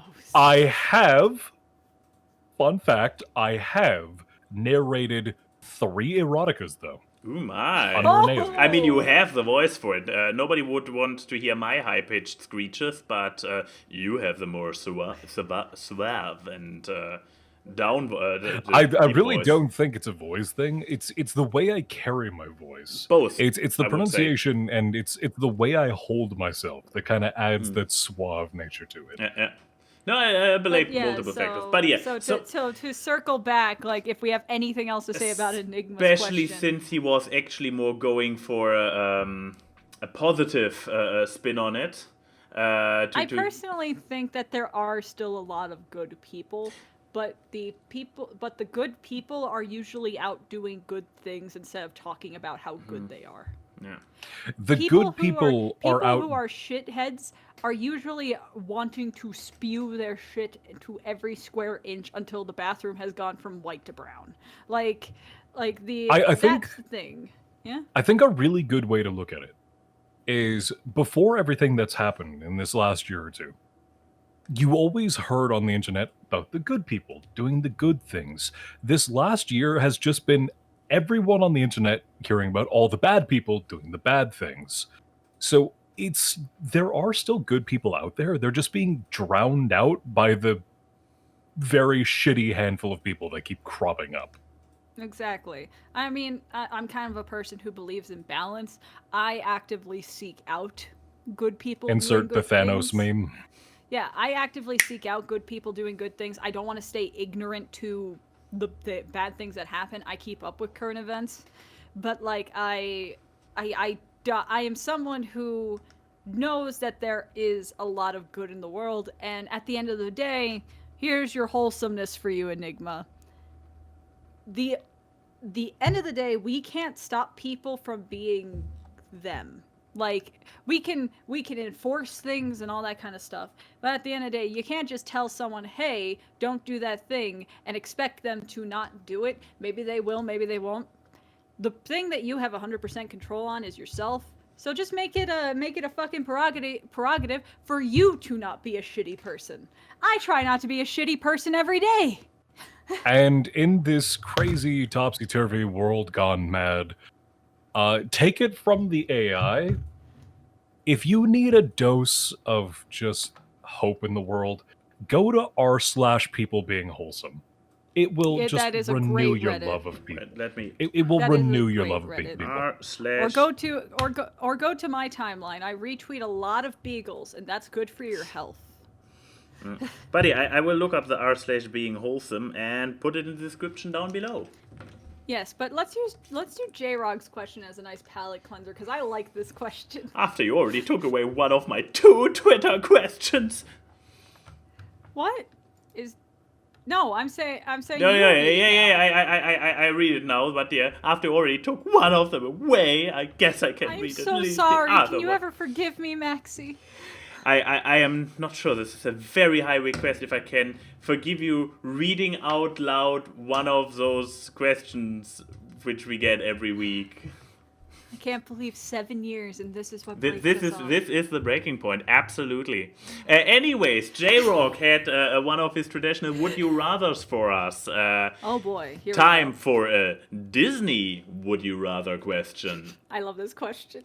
Would you rather ride the Teacups 10 times in a row or listen to It's a Small World song all day? I love this question because I know the answer Max is gonna give because I know his hatred for one of And these I things. probably know your answer because I know about your very traumatizing, actually not childhood, but very recent history experience. So Oni, what a guess goes first. Would you ride the Teacups 10 times in a row or listen to It's a Small World all day? So 24 It's hours. a small world after all. Really? You're gonna pick It's a small world after all.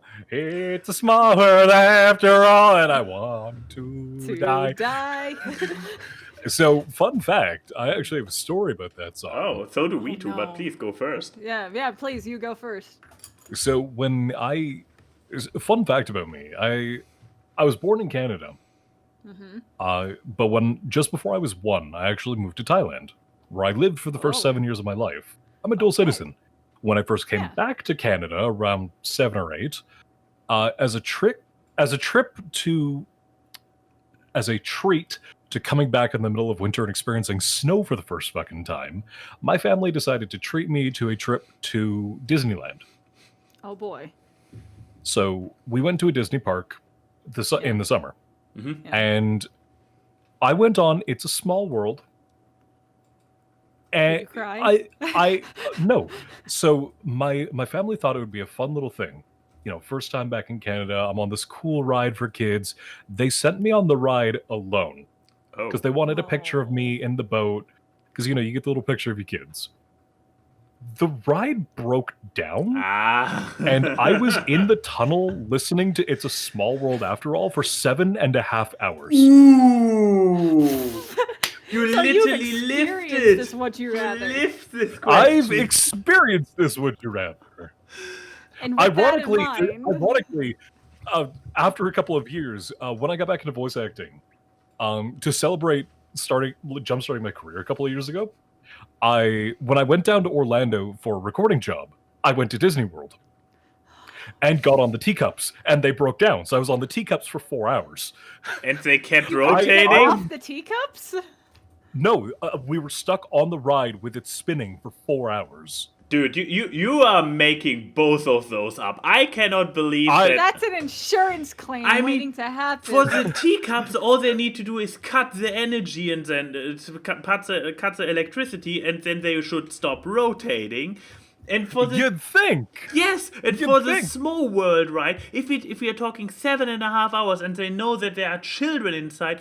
It's not an action ride. It's not a ride where people do loopings. You can just go in there and bring the people out one by one instead of letting them stuck in there for 7 hours. This cannot be Disney. Come on. I think it was gross negligence with the Teacup ride, but I actually found out a couple of years later why it took them so long to get me off the It's a Small World ride. No way. So generally, the ride operators have a master key that lets them get into the ride in case of a technical issue, right? Mm-hmm. Did they lose the key? When they were swapping the shifts, the guy that was operating the ride before the dude that put me on took the key home. That person needs to be fired. There must be more than one key in the entire fucking park. You'd think, right? How far away does this guy live that within 7 hours? It's Anaheim. It's Anaheim. They shouldn't live that far. So, you'd think. But, okay, as a person who has lived through both for real. Which one would you rather do? Again. It's a spa world after all. Okay, so this was your answer. Okay, so that I would put that shit on an iPod and just listen to it for a week before I ever get near the fucking teacups again. Oh, okay. So Max, what about you? I know how much you love. Should we just cross answer for each other?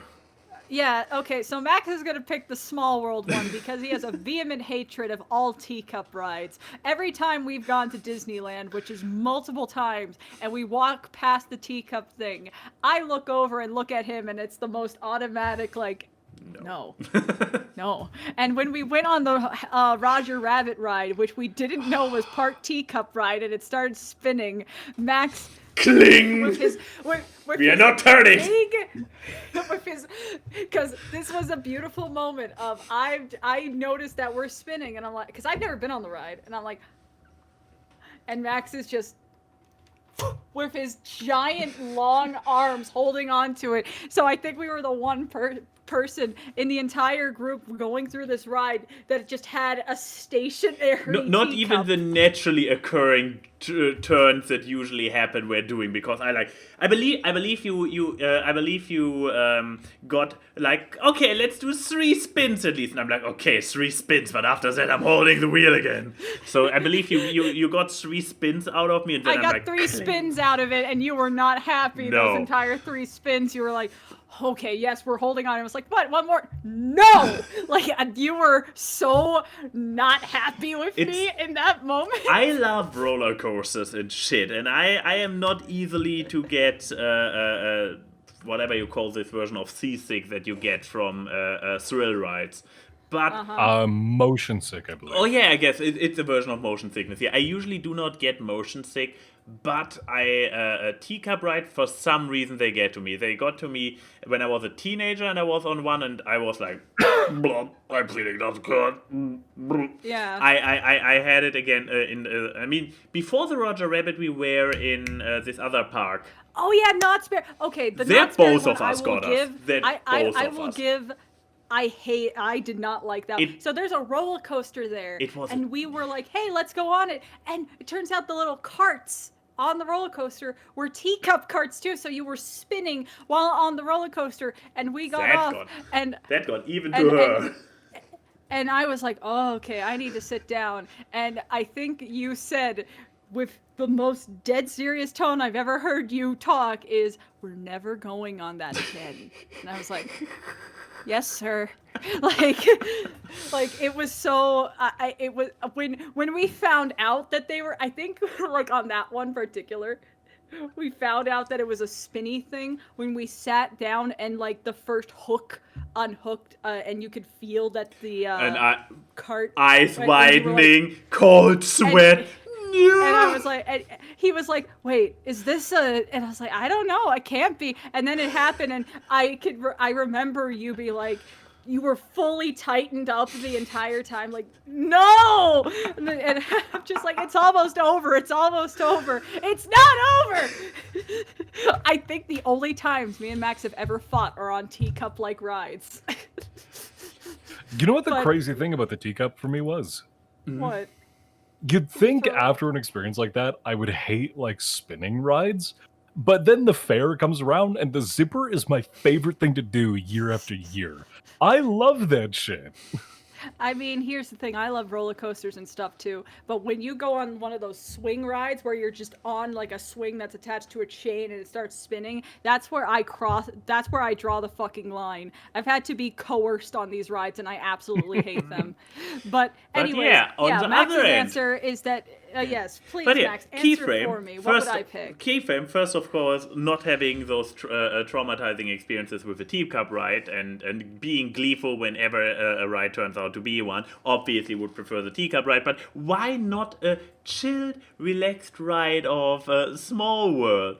Well, it happened in the year of our Lord 2020, right before the world ended. The year the Lord forgot. Yes, 2020. yes, exactly. But yes, please tell the story. yeah. Let's hear your linguistics. So we were in Disneyland, and we were. I mean, it was first.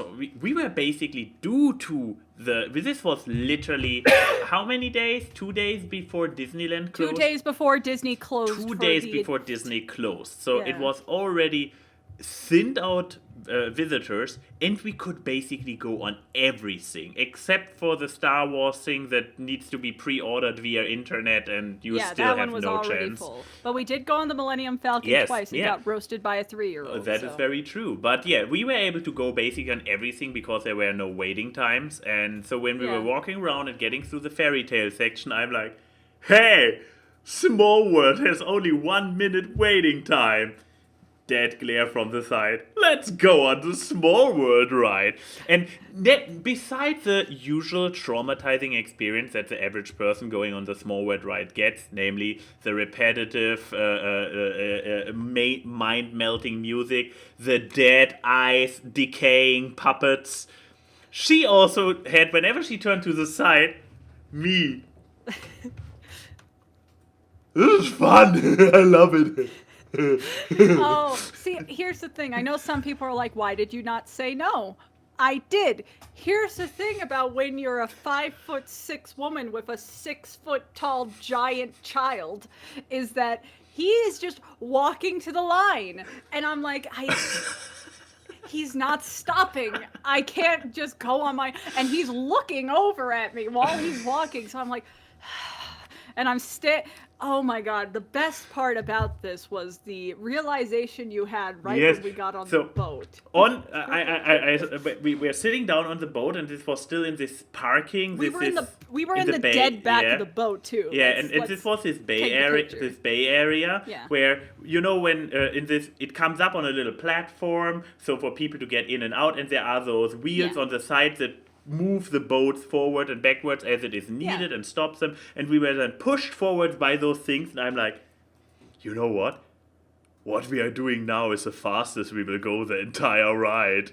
And it held true. The best part is that I wasn't looking at him, and he's like tapping my shoulder. He's like, hey, Chrissy. Yeah. And then he told me that. Yeah. And the worst part is that there was another couple right in front of us with the same experience of the woman just like, and the guy being like, and it's like, I've never soul bonded with someone before, but I feel like I did to that poor woman. And it's just, yes, I would rather go on the Teacups 10 times. I'd rather vomit than going through that. Because that ride is always just a little bit longer than you expect it to be. Because I feel like even you got to a point where it's like, the ride's not over yet. There's another room? There's an entire another room? Also, I feel uncomfortable during some parts of that because some of those puppets are still from the 50s version, specifically the Asian ones, and those are not okay by 2020 standards. Oh yeah, you remember those, Maxie. Just the fucking... like, no. Good times. Not good okay. Times. But yeah, so we never went on that again. And I mean, it's kind of like that one minecart thing in Knott's Berry, to circle it back to Knott's Berry. Never went on that again. Maybe you don't, but I will definitely use my fast pass again. I swear, I fear the day that you and Lauren together go with me to Knott's Berry, because she would probably make me go on that with you two, because she would be like, yeah. Anyway, since we are in a lightning round and spend 20 minutes on 2 questions, lightning round to the Discord. We luckily don't have a lot. May I share one last quick story? Oh, absolutely. Oh, sure. While I'm picking one, yes. So I've only ever had 3 experiences with the ride breaking down, all at Disneyland. And Small World, one of the more recent ones is actually probably my favorite. It wasn't nearly as like terrible as the first two, but you know that roller coaster where they like strap you into the harness so that your legs are dangling? Yeah, I was on that. It broke down for 15 minutes on a loop. On a loop. So you were upside down? I was upside down in a harness for 15 minutes. That is. At that point, do you start seeing God? Like, that's, at that point, do you leave the Matrix if you're upside down for that long? I just wanted to say, what do you think? Why he is now only a digital life form anymore? He died. Yeah, I gave up on. Yeah, I gave up on life. I went to the PC because the PC is safe, or so I thought. Pro tip: go to a theme park on Friday the 13th. There's less people, and nothing bad will happen. That sounds good. Anyways, so there's not a lot of Discord questions, so we should be good. Okay. I don't like the sound of dying sheep. Oh no, I don't sound like a dying sheep. Asks. Okay, since we're talking about voices right now, ask Awkward, how do you imagine my voice? I'm just trying to prove something to Max here with this question. Okay, so a little bit of context so you can know where you set up. Liebe is a fan of the show, a 14-year-old German teenager. So, Oni, what do you think Liebe sounds like? I haven't the fucking foggiest clue. Well, if you were sent to an audition and said you have to be a 14-year-old German teenager, what would you use as an audition? Lesbian, very important, lesbian. Yes, a lesbian German if I had to 14-year-old. If I had to be a lesbian German 14-year-old, I would probably think it would be something along the lines of Salut, ich bin eine Pretzel. I like that. I actually like that. It exudes the lesbian flag. Okay, so let's see. What would I do? Oh my god. Chrissy got mad at me. Why are you mad at me? I just said pizza was pizza. Oh my god. I'm Liebe. Oh my god. I have the feeling this is backfiring so horrible.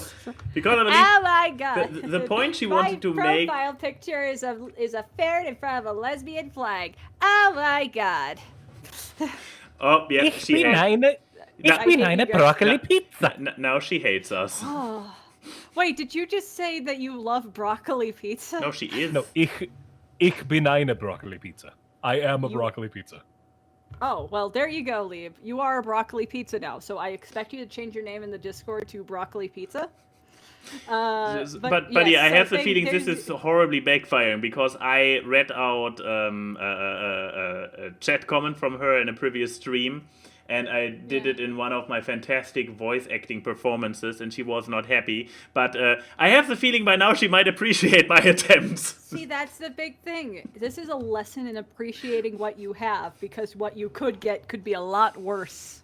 Don't ask Chrissy to try teenagers. All teenagers sound annoying in my universe. Okay, Just but yes. No. Lightning round. Let's see. It's also Discord. How do you get rid of intense body pain that you're left with after a workout? Says minks are a bad influence. Ah. I mean, Denim put some good ones, like a warm shower, stretching, tiger palm, which can also be referred to as icy hot on your ligaments. I lay on the floor and groan for 10 minutes. That's also a great use. Or honestly, you lazy fucker, you get good, you do it every day, and then the pain is part of your life, and you don't feel it anymore, and it gives you power. That's my. Oh no, I still do that, but. Oh, I was talking to Odie. I was talking to Odie. The floor is nice and cold. To you too, I guess. I was actually going to say something that was a genuine sentiment compared to what you just said. I was just going to say the thing that helps me get over pain from a workout is to continue working out, because then my muscles don't get all tensed. So, what Max said, but not like an asshole. But yeah, there's your. Oh, great. There's your. Yes. Another woman constantly threatening my life, and Liebestern actually lives in a reasonable distance from where I live, so. Yeah. I feel I right now I feel more threatened by her than by Yuki. Just saying. Okay, so another one from Liebe. Did you ever screw up something so much in school that the teacher came into your home to talk to your parents about it, asking for a friend? So I guess we could say is, what was the biggest, bad thing you did in school? So that you got in trouble for. I'm talking class-wise or just in general, because I have a doozy if it's just in general. I mean, I want to hear this doozy, so let's do in general, I guess. I sent a kid to the hospital. I broke an arm in school too from another kid. Say, Max no, I broke both his legs and threw him down a flight of stairs. Okay, why did you do win. That? Excellent or intention. All right, so story time. Me and my friends, we were known as like the nerd clique, but we were one of those nerd cliques where we weren't bullied. We were the bullies. We were the group of nerds that everyone in the school knew avoid these guys at all cost. Because four of us were actually MMA instructors. So wrap your head around that. I'm not sure if you guys got the entire nerd thing down properly, but please continue. I mean, we would sit there and play Magic every single day, talk about Harry Potter and fucking. I mean, you got that part right, but the other part not so much. Okay, mixed martial arts magical. That's what MMA is. Yeah, the guys who can kick your ass. Four of us were instructors for that. By the time I graduated high school, I was actually a second degree black belt.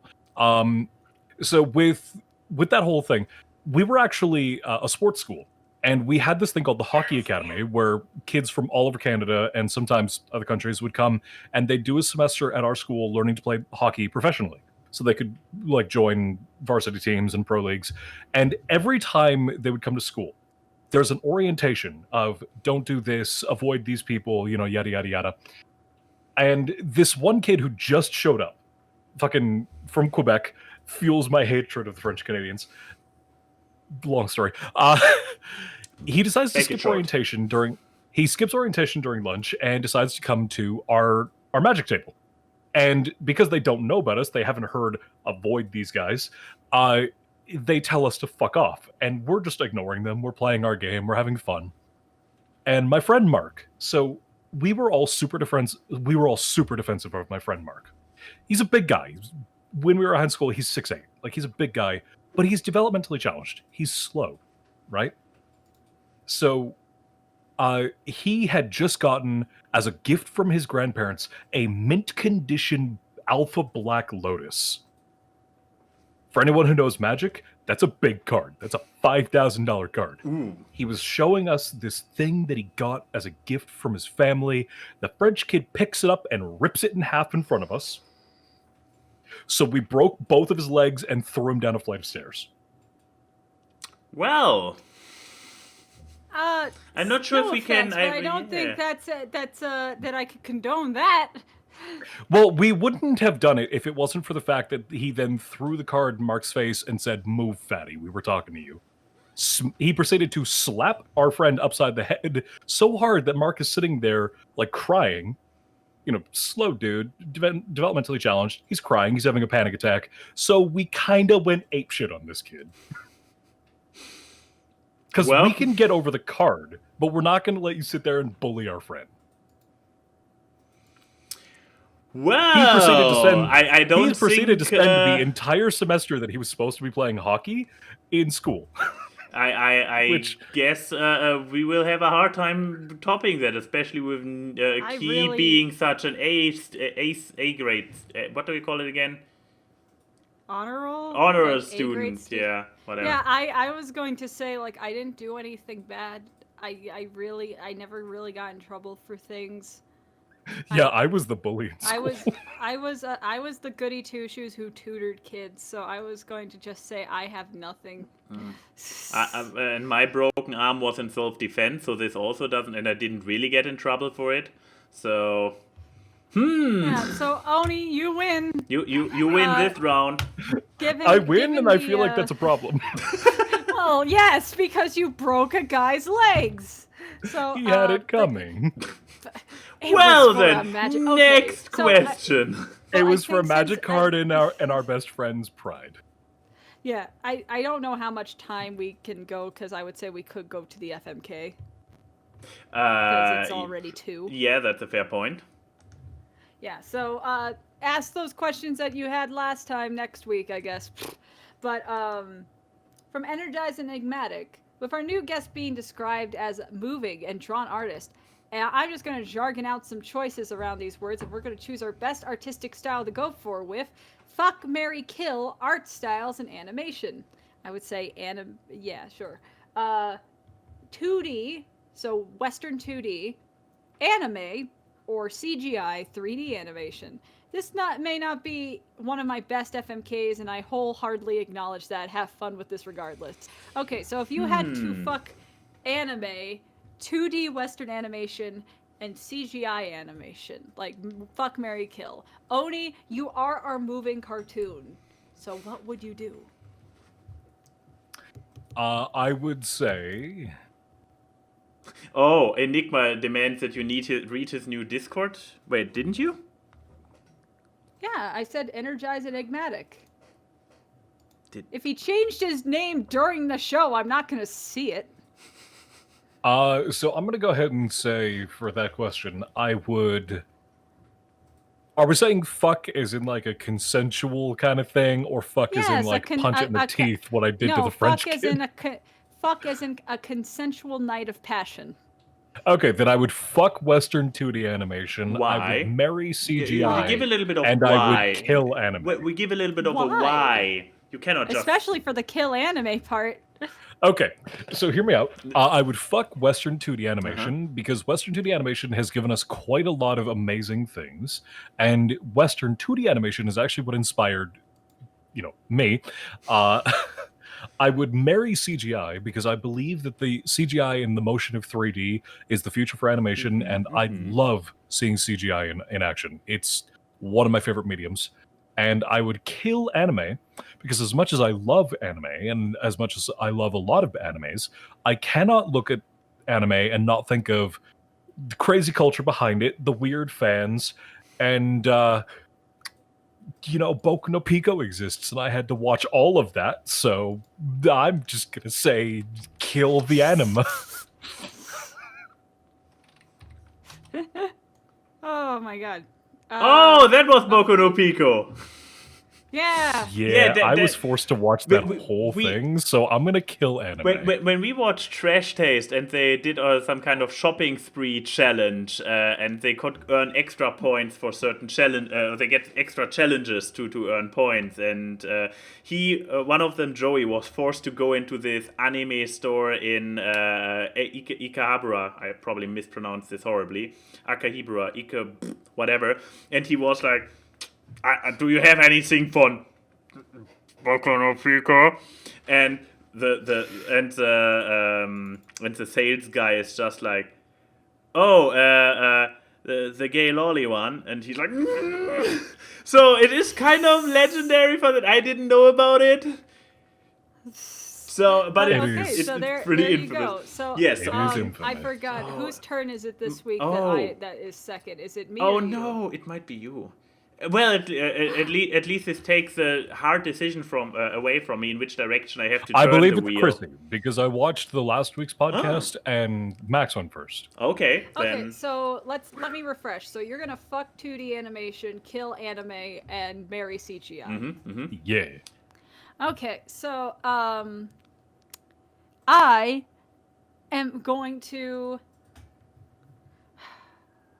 Here's the thing, do I marry anime or do I fuck anime? Because I'd say kill anime, it.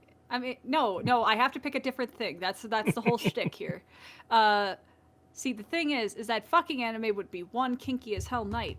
However, I know how much Max likes anime, so I'm going to marry anime to take that away from him. I get to keep it. It's mine.